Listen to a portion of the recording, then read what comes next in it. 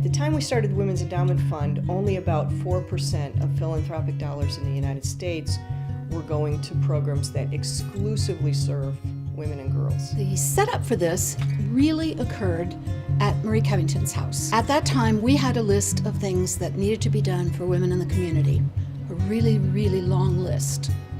And Marie and I looked at it and said, I don't know how we're going to choose. I don't know how we're going to start. And Marie said to me, we need a foundation. It wasn't enough to have a good idea. You had to have money behind it.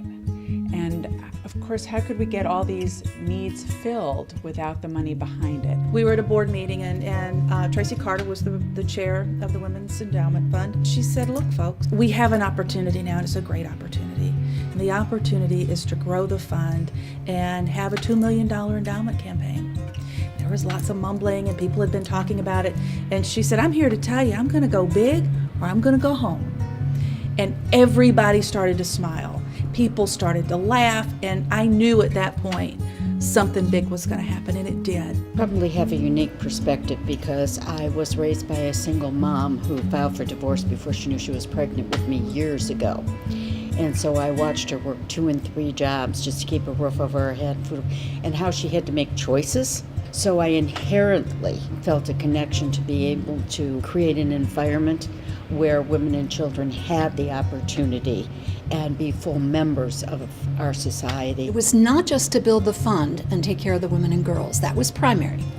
But right behind it was to help women become more aware of how they could be a philanthropist. They did not have to be wealthy.